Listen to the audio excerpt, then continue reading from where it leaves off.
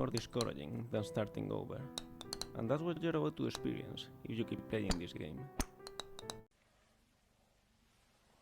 Wow! It's going to be deeply frustrating. You might trade some of that frustration for disappointment if you are willing to admit that the mistake was yours and only yours, but the feeling will only get more intense the longer you play. You're going to want to quit playing, and every time you don't, every time you find the strength to keep going, you will only be setting yourself up for a bigger fall. And if you manage to get to the top, will that make you feel good? Will you feel that it's all being worth it? I think you will.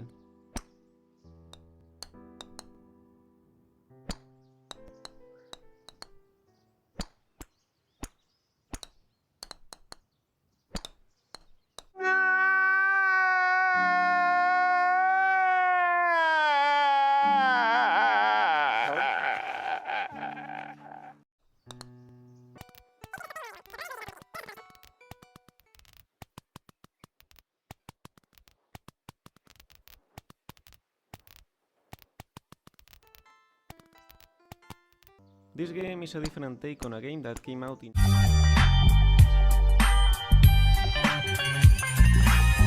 2017 titled Getting Over It with Bennett Foddy. The author of that game, Bennett Foddy, was an Australian designer known at the time as the father of intentionally bad controls.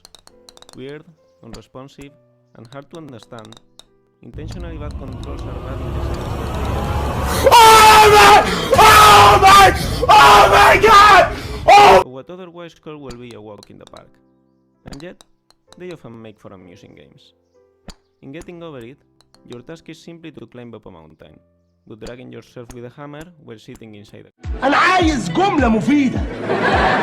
قول لي جملة مفيدة عشان أفهم. cauldron. No amount of forward progress is guaranteed. Some cliffs are too sheer or too slippery, and the player is in constant danger of falling and losing everything. I watched a video of Bennett Foddy playing his own game, and it was interesting to see how he knew the movements he needed to execute.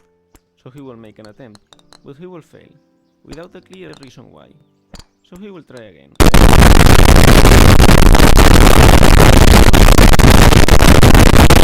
It actually worked, giving the impression that the challenge was more about perseverance and luck than precision.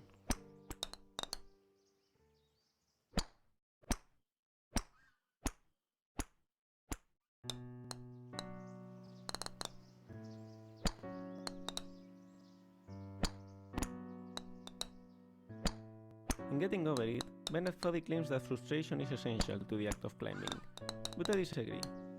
Frustration might be